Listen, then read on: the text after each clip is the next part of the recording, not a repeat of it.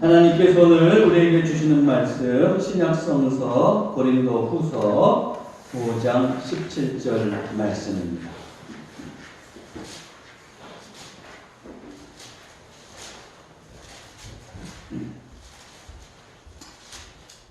이 계시의 말씀을 봉독할 때에 살아계신 하나님의 음성을 들으시기를 기원합니다.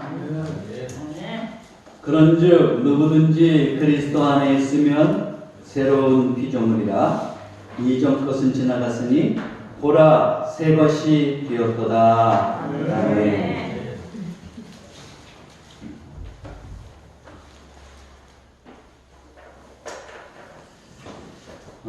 저는 오늘 먼저 시간과 관련한 헬라에 대해서 좀 말씀을 드려보고자 합니다. 크게 이제 두 가지로 살펴볼 수 있는데, 시간, 때와 관련해서 헬라어에는 크로노스가 있고 카이로스가 있습니다. 크로노스는 사람의 시간, 일반적인 시간을 말합니다.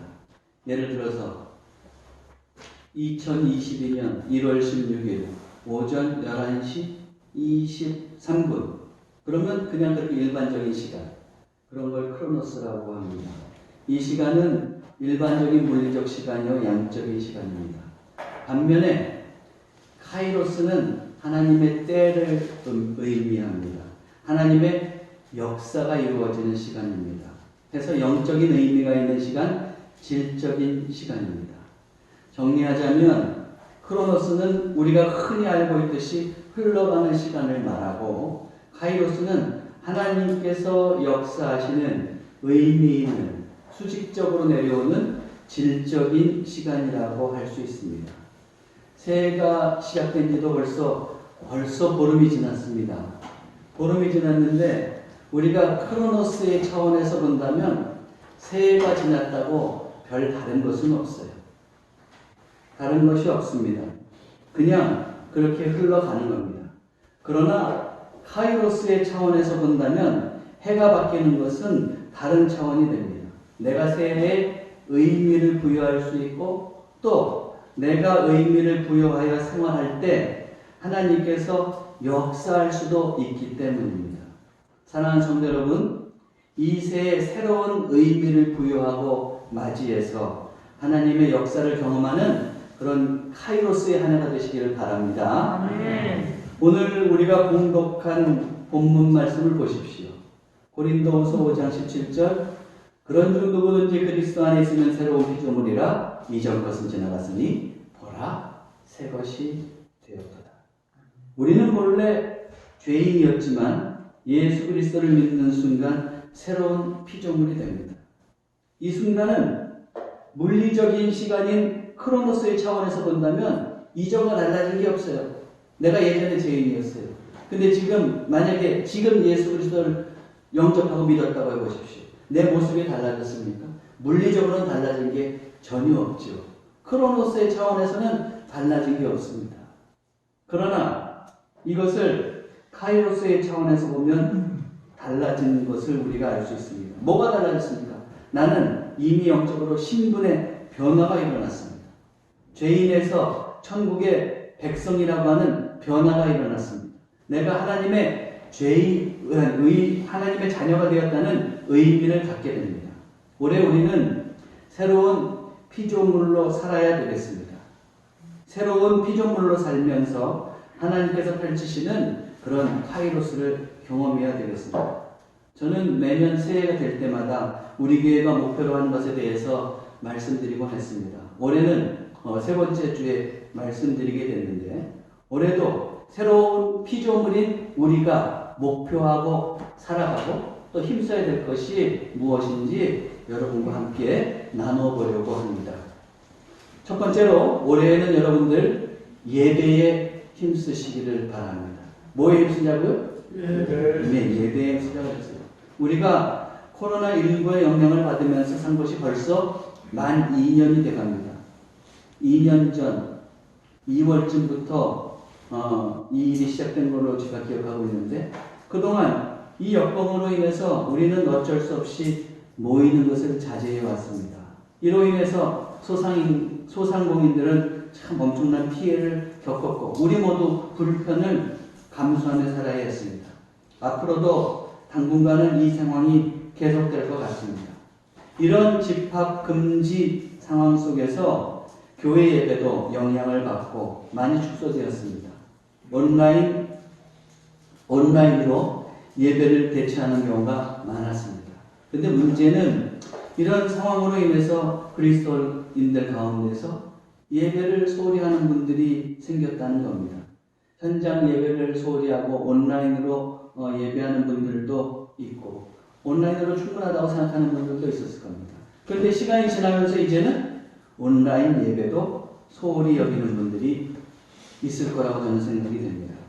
그러나 분명히 우리가 기억해야 할 것은 그리스도인에게 예배는 가장 중요한 영적인 기제라는 겁니다. 예수 그리스도를 믿는 사람이라고 한다면 우선적으로 예배해야 되고 하나님 나라에 이르기까지 생명이 다하기까지의 이 예배는 끊이지 말아야 됩니다. 아니 우리는 어쩌면 하나님 나라에 이르러서도 예배는 계속되어야 할 것입니다. 사도 바울은 로마서에서 이렇게 말하죠. 로마서 12장 1절 그러므로 형제들아 내가 하나님의 모든 자비하심으로 너희를 권하노니 너희 몸을 하나님이 기뻐하시는 거룩한 산제물로 드리라. 이는 너희가 드릴 영적 예배니라. 여기 보면 그러므로 그랬어요. 뭔 그러므로입니까? 이 이전까지 사도 바울은 믿음으로 예수 그리스도를 믿음으로 구원받는다는 것을 쭉 피력해 왔어요. 그러고 나서 그러므로 형제 여러분 내가 여러분들에게 권면합니다. 당신들의 몸을 하나님이 기뻐하시는 거룩한 산제물로 드리십시오. 산제물로 드린다는 건 뭐예요? 그런 예배자가 되어야 된다는 거예요. 그러므로 여러분 이 사도 바울이 이 12장 1절에서 말하고 있는 것을 통해서 우리가 알 수 있는 것은 예수 그리스도를 믿은 사람들이 우선적으로 해야 될 것이 뭐라는 거예요? 바로 예배라는 겁니다. 믿고 구원받은 사람이 우선적으로 해야 될 것. 그것은 예배입니다. 오늘날 교회들은 예배, 성경 공부, 속회, 기도회, 친교, 공동식사 이런 것들을 다 구분합니다. 어떻게 보면 다 개별적으로 떨어져 있는 것 같아요. 그런데 초대교회에는 이 모든 것이 예배 안에 들어있었어요. 예배 안에서 하나님을 찬양하고 예배 안에서 기도하고 예배 안에서 떡을 떼고 예배 안에서 친교하고 예배 안에서 성만찬을 나누고 예배 안에서 말씀을 가르침을 받고 이 모든 것이 다 예배 안에 들어있었다는 거예요. 예배는 하나님을 향한 총체적인 신앙 행위였습니다. 초대교회 사람들에게 예배는 신앙생활에 있어서 가장 중요한 수단이었습니다. 여러분, 그것은 지금도 마찬가지입니다. 믿는 사람들에게 예배는 가장 중요한 믿음의 수단입니다. 그러므로 올해 우리는 예배를 소중히 여겨야 되겠습니다. 혹시 그동안 코로나19로 인하여 예배에 소홀했던 적이 있다면 다시 우리가 마음을 다 잡고 그리고 올해에는 예배를 소중히 여기고 그런 마음으로 예배에 참석할 수 있어야 되겠습니다. 야곱을 보세요. 그는 평생 예배하면서 성숙해졌고 나이가 들수록 예배를 더 소중히 여겼습니다. 그가 믿음이 성숙하지 않았을 때는 하나님께 예배하면서도 어떻게 했느냐면 조건을 달고 거래했어요. 한번 생각해 보세요. 그가 형 에서의 그런 뭐라고 할까요? 증오를 피해서 이제 바다나람으로 도망갈 때, 피신할 때 베들에서 잠들었죠. 근데 꿈속에서 뭡니까? 하늘에서 사각다리가 내려오더니 거기서 천사들이 내리라 오르락 했겠죠. 그렇죠? 내리라 오르락 내리락 하여튼 그랬단 말이에요. 그걸 보면서 딱 이제 보고 나서 깨고 나서 그거 모를 거냐면 이곳에도 하나님이 계시네? 그걸 느끼고 단을 쌓고 예배를 드려요. 근데 그때 그가 그렇게 예배를 드릴 때 그가 뭐라고 해요? 하나님, 여기도 하나님 계셨네요. 감사합니다. 찬양과 영광을 받으십시오. 그렇게 얘기하는 것이 아니라 이렇게 얘기하는 거예요. 창세기 28장 20절에서 21절. 야곱이 서원하여 이르되 하나님이 나와 함께 계셔서 내가 가는 이 길에서 나를 지키시고 먹을 떡과 입을 옷을 주시어 내가 평안히 아버지 집으로 돌아가게 하시오면 여호와께서 나의 하나님이 되실 것이요 내가 기둥으로 세운 이 돌이 하나님의 집이 될 것이요 하나님께서 내게 주신 모든 것에서 10분의 1을 내가 반드시 하나님께 드리겠나이다. 뭐예요? 하나님, 내가 이제 저 바다나라로 돌아가는데 그랬다가 다시 무사히 돌아오게 해주시고 저를 지켜주시면 그러면 하나님은 나의 하나님이 되고 저는 하나님께 11조를 드리겠습니다. 이런 말이에요. 어때요? 젊을 때 예배드리면서 예배하면서 그는 조건을 달았어요. 하나님과 거래했어요. 그런데 어떻습니까? 그가 계속해서 평생 살면서 예배를 하고 또 예배하고 그랬을 거 아니에요? 예배하면 예배할수록 그는 성숙한 사람이 됩니다. 그리고 이제 예배 그 자체로 하나님을 예배하는 그 자체로 만족하는 것을 우리는 이후에 보게 돼요. 야곱이 애굽에 피신해서 이제 130세에 애굽으로 내려가서 17년을 더 살게 돼요. 그리고 나서 147세가 되었을 때, 죽을 날이 얼마 안 남았을 때 요셉을 불러서 이제 자신이 죽으면 이 애굽 땅에 묻지 말고 자기 조상들이 묻힌 막벨라 굴에 자기를 묻어달라, 장사해달라고 그렇게 약조를 받습니다. 그래서 요셉이 야곱에게 약속을 하죠. 그렇게 맹세를 받고 나서 야곱이 한 일이 뭔지 아십니까? 창세기 47장 31절 보면 이렇게 되어 있어요. 야곱이 또 이르되 내게 맹세하라 하며 그가 맹세하더니 이렇게 약조를 받았어요. 그리고 뭐라요? 이스라엘이, 여기서 이스라엘은 야곱이 이제 나중에 이스라엘을 이름 받잖아요. 이스라엘이 침상 머리에서 하나님께 경배하니라. 예배했어요. 근데 기력이 없었나 보죠? 그러니까 어떻게 해요? 겨우 몸을 이렇게 그리고 침상머리에서 하나님께 예배하고 또 이제 야곱의 두 아들에게 축복하는 사건이 이 이후에 일어나요. 그들에게 에브라임과 므낫세 두 아들에게 이제 요셉의 두 아들에게 축복을 하는 거예요. 그리고 그가 뭐 하는지 아세요? 그때도 예배해요. 어떻게 예배하느냐? 히브리서 11장 21절에 보면 이렇게 되어 있어요. 믿음으로 야곱은 죽을 때에 요셉의 각 아들에게 축복했죠? 그리고 뭐예요? 그 지팡이 머리에 의지하여 뭐 했다고요? 요때 기력이 좀 있었나? 침상 머리에 산 것이 아니고 겨우 일어나가지고 어떻게 해요? 지팡이 잡고 그 머리에 의지해서 하나님께 예배합니다.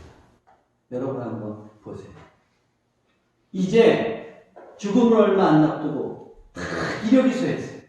그럼에도 불구하고 하나님께 예배하려고 침상 머리에서 예배하는 야곱. 지팡이 머리를 잡고 그러면서 비틀거리면서 예배하는 그 야곱. 얼마나 여러분 감격스럽습니까? 우리에게 이런 예배의 자세가 있습니다. 한번 돌아볼 필요가 있지 않겠습니까? 야곱은 어때요? 젊었을 때 그때는 여전히 신앙이 성숙하지 않은 사람이었어요. 예배하면 예배할수록 어떻게 됩니까? 그의 신앙이 성숙해요. 그리고 오직 하나님께 예배하는 것에 만족하면서 그가 온전한 예배자가 되는 것을 우리는 볼 수 있습니다. 이런 노년의 야곱, 이런 야곱의 모습을 우리도 본받아야 되지 않겠습니까? 올해 여러분 진정으로 하나님께서 기뻐하시는 예배자가 되시기를 바랍니다. 기왕이면 여러분 마스크 탁 쓰시고 이 예배당에 나와서 완전히 예배드리세요. 하나님께서 기뻐하시는 그런 예배를 드리는 한 해가 되시기를 바랍니다. 예배와 더불어서 우리가 한 가지 더 제가 여러분에게 말씀드리겠습니다. 우리는 우선적으로 하나님께 그런 예배하는, 최선을 다해서 예배하는 삶을 살아야 됩니다. 그러나 그것으로 만족해서는 안 됩니다. 삶의 예배도 드릴 수 있어요. 무슨 예배요? 저를 따라하세요. 삶의 예배. 삶의 예배란 뭐예요? 내 삶에서 예배자답게 사는 거예요. 로마서 12장 2절. 거룩한 산제물이라고 사도 바울이 로마의 교인들에게 그렇게 권면했죠? 그런 다음에 뭐라고 해요? 너희는 이 세대를 본받지 말고 오직 마음을 새롭게 함으로 변화를 받아 하나님의 선하시고 기뻐하시고 온전하신 뜻이 무엇인지 분별하도록 하라. 이 세대, 여기서 말하는 이 세대는 악한 세대를 말하는 거예요. 악한 세대를 본받지 마십시오. 당신들 마음을 새롭게 하십시오. 변화하십시오. 그래서 하나님께서 선하시고 기뻐하시고 온전하신 뜻이 뭔지를 분별하고 세상에서 그 뜻대로 사십시오. 이 말이에요. 사도 바울은 믿는 사람들이 세상에서 하나님의 뜻대로 바르게 살 것을 권면합니다. 그렇습니다. 온전한 예배자는 하나님께 최선을 다해서 야곱처럼, 노년의 야곱처럼 최선을 다해서 예배를 드려야 되지만 그것에 만족하는 거예요. 그리고 나서는 그냥 세상에 나서 제멋대로 사는 게 예배자가 아니라는 말이에요. 세상에 나왔을 때는 어떻습니까? 하나님의 온전한 뜻, 주님의 바른 뜻을 분별하고 그 다음에 그 뜻대로 행하면서 실천하면서 살아가는 것이 진정한 예배자입니다. 여러분, 그 기영도 시인이라고, 지금은 고인된 분인데 기영도 시인이라고 했어요. 그분이 우리 동네 목사님이라는 시를 썼는데 좀 길지만 제가 한번 읽어볼게요. 읍내에서 그를 본 것은 이번이 처음이었다. 철공소 앞에서 자전거를 세우고 그는 양철 홈통을 반듯하게 펴는 대장쟁이에 망치질을 조용히 보고 있었다. 자전거 짐틀 위에는 두껍고 딱딱해 보이는 성경책만한 송판들이 실려 있었다. 교인들은 교회당 꽃밭을 마구 밟고 다녔다. 일주일 전에 목사님은 폐렴으로 둘째 아이를 잃었다. 장마통에 교인들은 반으로 졸었다. 더구나 그는 큰 소리로 기도하거나 손뼉을 치며 찬송하는 법도 없이 교인들은 주일마다 수군거렸다. 학생의 소년들과 목사관 뒤터에 푸송기를 심다가 저녁 예배에 늦은 적도 있었다.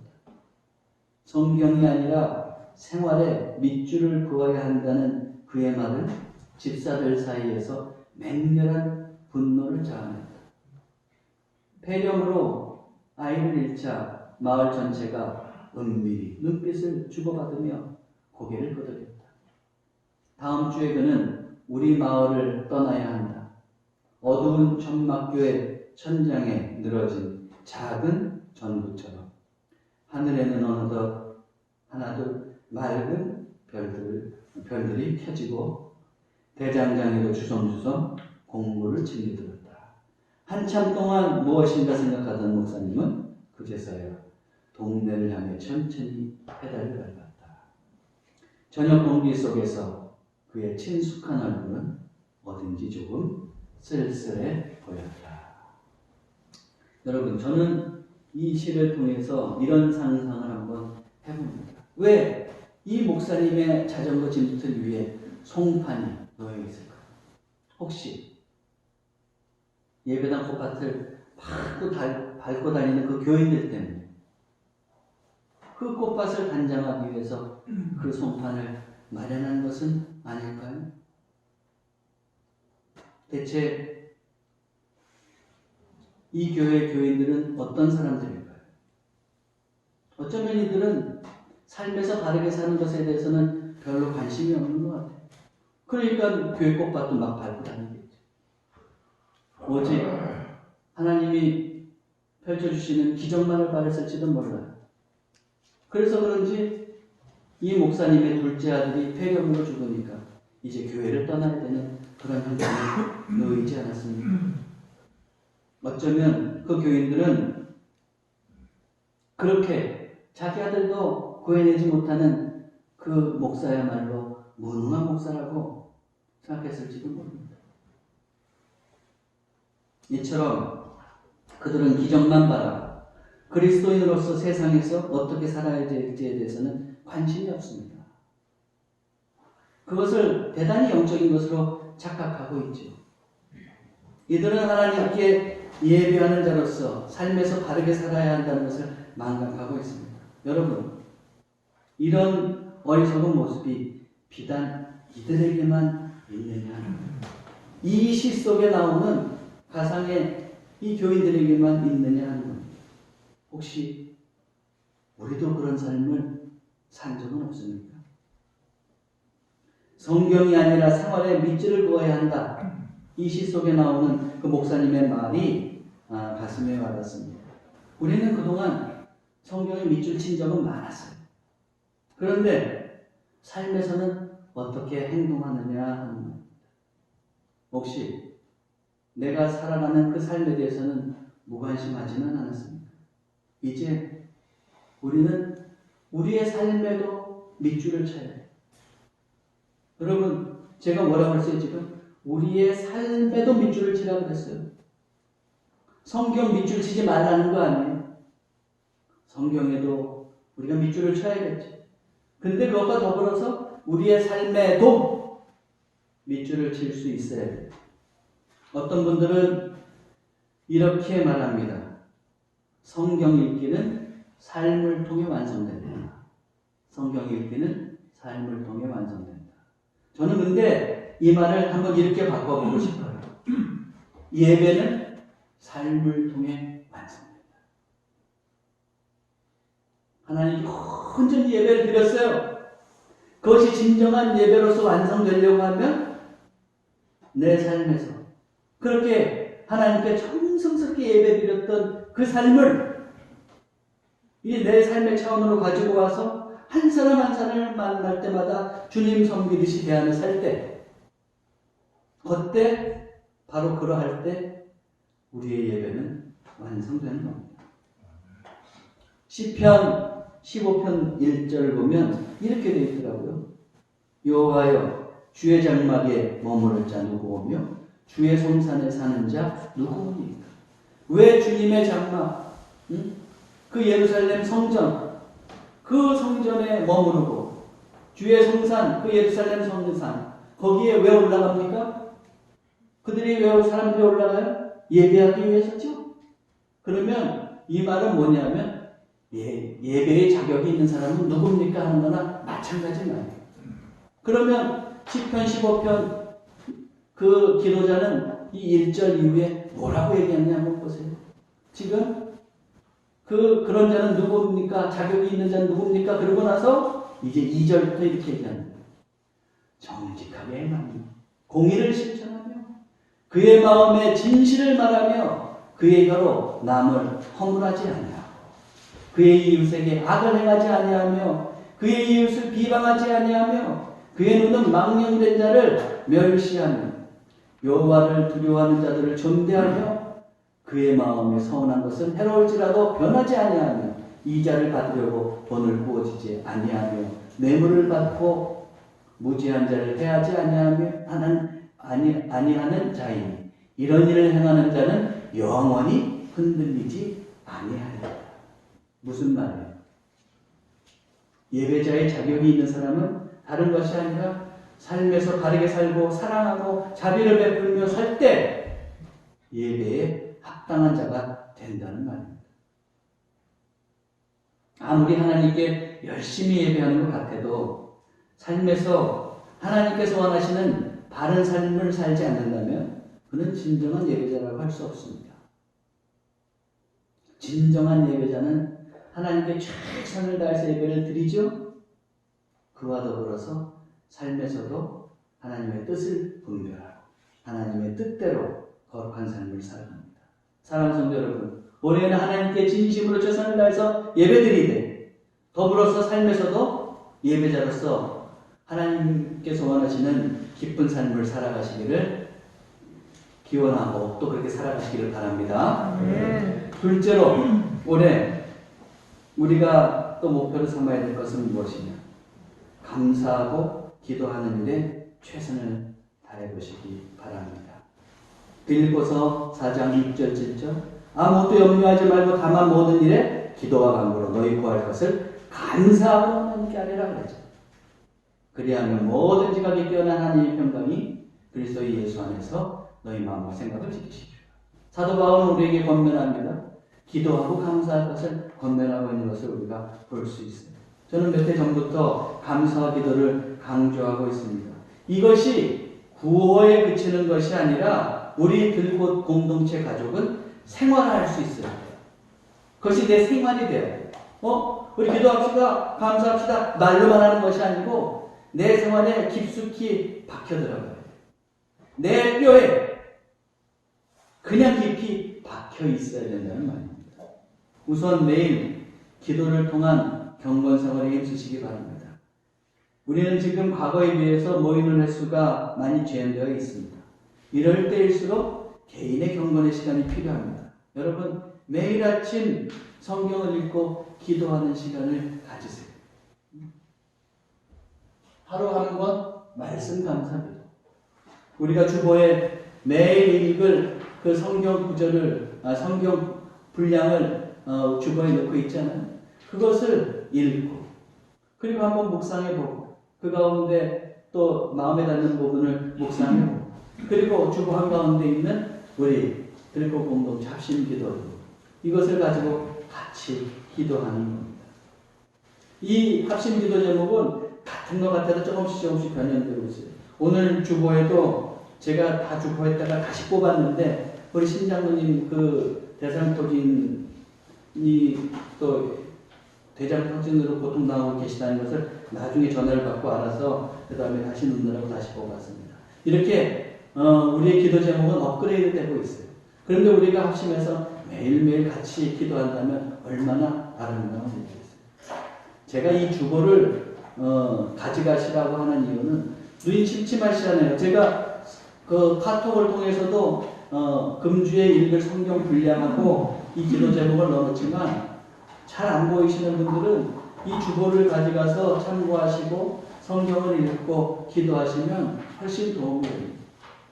그래서 매주일 이 주보와 함께 우리가 성경을 읽고 기도할 수 있어요.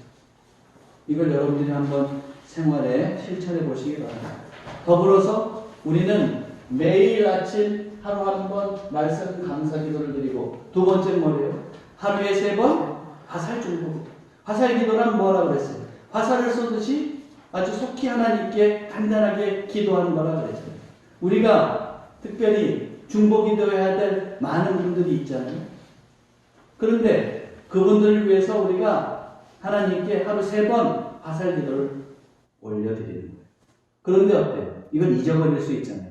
그러니까 잊어버리지 않고 하려면 밥 먹기 전에 식기도와 더불어서 잠깐 기도하면 좋다. 그걸 실현해보라 이거.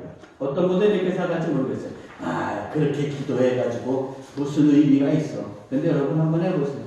저는 매일 제가 실천하고 있지만 그렇게 해서 기도하면 할수록 내가 누군가를 위해서 기도하잖아요. 그러면 그 사람에 대한 마음이 더 깊어져. 그러면서 어떻게 되냐면 내 기도의 지경이 넓어지고 그를 위해서 하는 기도의 깊이가 깊어집니다. 그러다가 보면 제가 그 3번으로 기도 끝내겠어요? 아니요. 평상시에 살다가도 그분이 기억나면 또 기도하게 돼요. 그래요. 이 3번에 걸친 화살 중보 기도가 별거 아닌 것 같지만 실천하다가 보면 더 많이 기도하게 되어 있어요. 더 기도의 사람이 될 수 있습니다. 그러므로 올해에는 여러분 별거 아닌 것 같지만 이 화살 중보 기도도 꼭 한번 실천해 보시기 바랍니다. 더불어서 하루에 5번 성찰 감사 기도예요. 하루를 마치면서 하나님께 5가지 감사하는 거죠. 감사하되 하루를 돌아보면서 나의 부족한 모습도 있잖아요. 그런 모습들을 성찰해 봅니다. 그리고 하루를 마무리 짓고 그리고 또 새로운 하루를 우리가 기대하면서 잠자리 듭니다. 이 3가지만 잘 해도 어때요? 우리의 경건 생활이 달라질 수 있습니다. 제가 말씀 감사 기도를 하면서 지난번에도 말씀드렸지만 우리 성경 읽기를 제가 페이지 수로 10페이지 정도 잡아가지고 분량을 적어놨어요. 근데 금요일까지 해놨다 그랬잖아요. 왜 금요일까지? 토요일, 주일날은 만약 못 읽은 부분이 있으면 그 부분을 만회하라고, 보충하라고 시간을 남겨놓는 겁니다. 그렇게 하다가 보면 1년에 적어도 구약성경 한 번, 신약은 2번 읽을 수 있습니다. 아직 시간 얼마 안 지났으니까 여러분들도 여기 한번 동참해보면 어떻겠어요? 뭐 말씀 감사 기도를 되도록 아침에 하면 좋지만 꼭 아침에 하는 건 아니에요. 아침에 일찍 일어나서 분주하게 움직이시는 분은 그거 아니더라도 다른 시간을 정해놓고 하면 좋아요. 저는 예전에 참 감명 깊게 제가 간증을 들은 적이 있는데 원종수 권사님, 지금 뭐 장로님 되셨는지 목사님 되셨는지 모르겠는데 그분 어때요? 그렇게 가난하면서도 이제 서울의대에 들어갔잖아요. 그리고 감리교에서 내주는 저기 충정로에 있는 인후 학사 거기 기숙사에 있어요. 근데 그분이 그냥 다른 의대생들은 다 그냥 공부에만 전념할 때 이분은 돈이 없으니까 어때요? 낮에는 과외 공부를 가르치면서 하는 거예요. 학비를. 그리고 저녁 때 이제 들어오는 거죠. 저녁 때 들어오면 피곤한 것 같아요. 냉수만 차라고 자리에 탁 앉아. 그리고 의대 공부를 하려고 교과서를 딱 펴면 그 전에 뭘 하냐?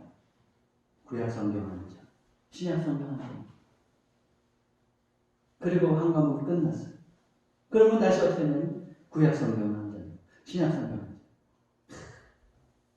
참 그렇게 힘든 과정 속에서도 그렇게 새벽까지 공부하면서 성경을 읽는 그런 분. 그런 분을 하나님께 축복하는 누가 축복해 주겠어요? 그렇게 말씀의 사람으로 살아갑니다. 하나님께서 그 인생을 책임져 주시는 거예요.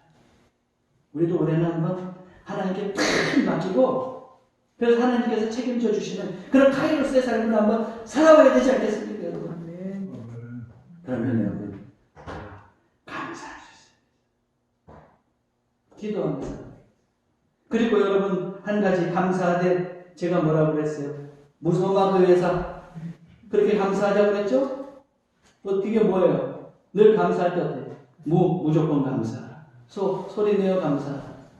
마음 가득 감사하라. 그래도 감사하라. 불평할 일이 날 때 그래도 감사합니다 이러는 거예요. 왜? 감사하는 거 잊어버릴 때 있잖아요. 근데 감사히 깨닫게 되면 어떻게 돼요? 즉시 회개하고 감사하라. 마지막 사람에게 감감주가. 내가 정말 미운 사람이 있어요. 그럼에도 불구하고 하나님께서 관계 맺어주신 것, 그 감사하고 그 사람을 향해서 또 감사하고 축복하는 것. 이 삶만 잘 이루어진다고 진정으로 우리의 삶이 복되질 거라고 저는 확신합니다. 사랑하는 여러분, 올해에는 꼭 감사와 기도를 생활해 보시기 바래요. 세뮤얼 스마일스가 이런 말을 했어요. 자조론에서 생각은 행동을 낳고 행동은 습관을 낳고 습관은 성품을 낳고 성품은 운명을 낳는다. 내가 기도하고 감사하고 생각하고 행동이 옮겼어요. 행동하다 보면 그것이 습관이 되죠. 그렇게 습관하다가 보면 기도하고 감사가 내 성품이 되는 거예요. 성품이 되고 그 성품의 사람을 살다 보면 하나님께서 역사하시고 은혜를 베풀어 주셔서 우리는 어떻게 돼요? 그게 내 운명이 되고 복된 운명이 된다. 이 말씀이에요. 여러분, 이렇게 습관하는 것이 중요해요. 거룩한 일들이 경건생활에 나의 습관이 되면 그것이 나의 복된 운명이 될 수 있습니다. 여러분들의 삶이 복되기를 원치 않는 분 계세요? 다 원하잖아요? 그런 운명을 살아가기를 원하잖아요? 하나님께서 그런 삶으로 우리를 펼쳐주시기 원하잖아요? 그렇다고 한다면 거룩한 그런 삶을 내 습관으로 삼아 가시기 바랍니다. 이런 일들을 하되 여러분, 제가 뭘 말씀드렸어요? 예배, 기도, 감사요. 그게 세 가지예요. 이런 일들을 하되 우리 억지로 하지는 말자. 자발적으로 하자. 아이고 저 목사 또 오늘 내 부담스럽게 올해 예배하고 감사하고 기도하자고 하네. 부담스러우세요 여러분? 아니죠? 네? 아닌 척 하셔야지 저한테는. 그래요. 근데 어떻게 부담스럽지 않을 수 있겠어요? 제가 하나님의 은혜를 깨달아. 하나님의 은혜를 깨달으면 정말 우리 부담스럽지 않게 할 수 있어요. 여러분 은혜가 뭐예요? 은혜. 내가 말씀드렸지만 내 힘으로 도저히 갚을 수 없는 걸 은혜라고 하는 거예요. 네? 내 노력으로 주어지는 게 아니에요. 또한 내가 갚을 수도 없어. 그것이 은혜라고. 은혜. 우리 벌써 그런 은혜를 받았잖아요. 원래 죄인이었다고. 죄인. 거기서 벗어날 수가 없어요. 하나님께서 근데 우리를 사랑하셔서 예수 그리스도 독생자를 이 땅에 보내주시고 그를 믿는 자마다 다 죄사함을 받게 십자가에 못 박히시게 하셨잖아요. 그래서 우리는 이제 대속받고 그리고 믿으면 구원의 백성이 되고 천국의 백성이 되는 거예요. 거저 주어진 거라면 거저. 내가 갚을 수도 없어.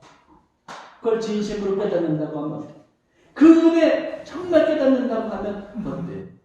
거기에 감격이 있는 거예요.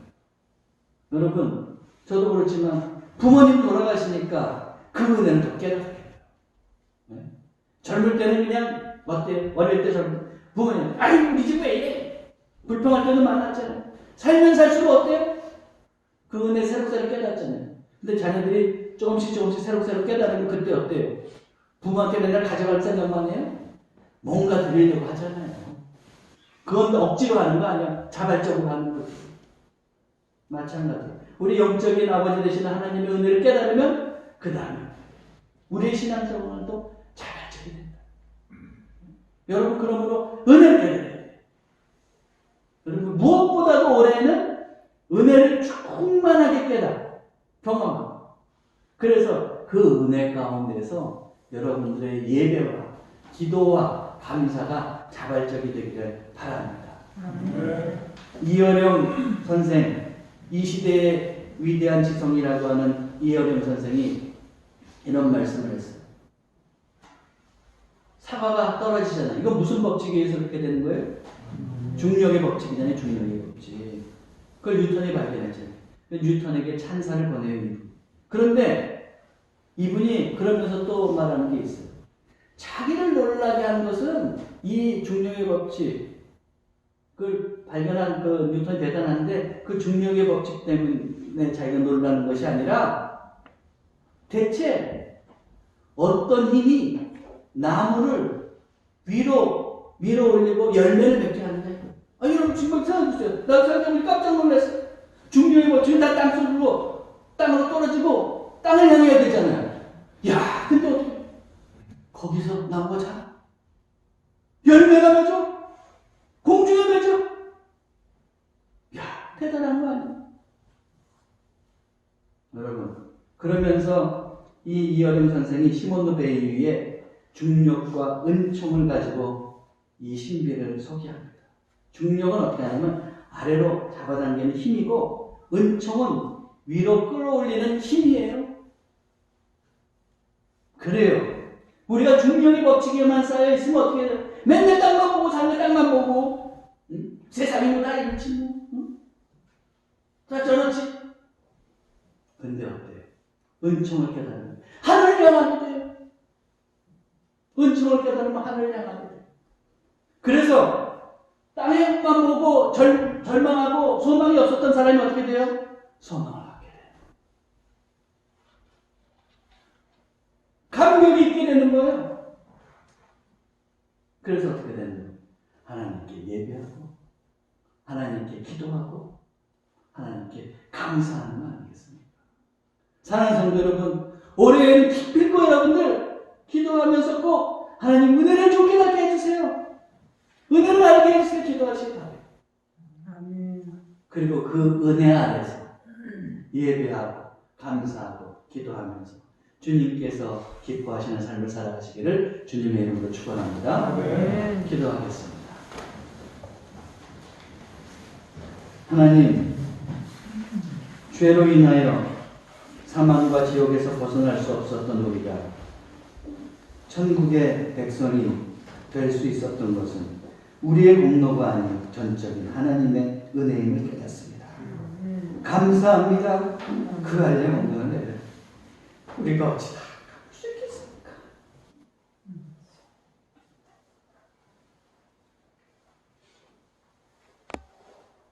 은혜의 빚진 자지만 이제 저희들 그 충만한 은혜를 깨닫게 하셨사오니 하나님을 기쁘시게 하는 한 해가 되게 하옵소서. 참된 예배자가 되게 하옵소서. 하나님을 향해 영과 진리로 최선을 다해 예배하게 하옵소서. 더불어서 세상에서 바른 예배자로 살게 하옵소서. 주님의 바른 뜻을 분별하고 실천하며 살게 하옵소서. 기도하며 살게 하옵소서. 말씀과 더불어서 기도하는 저희들이 되도록 인도해 주시옵시고 늘 감사하며 살 수 있는 삶이 되도록 돌보아 주옵소서. 그리하여 올해 예배와 감사와 기도를 통해서 살아갈 때 하나님께서 펼쳐주시는 카이로스의 놀라운 시간을 경험하며 살 수 있도록 인도해 주옵소서. 우리 주 예수 그리스도의 이름으로 기도하옵나이다. 아멘.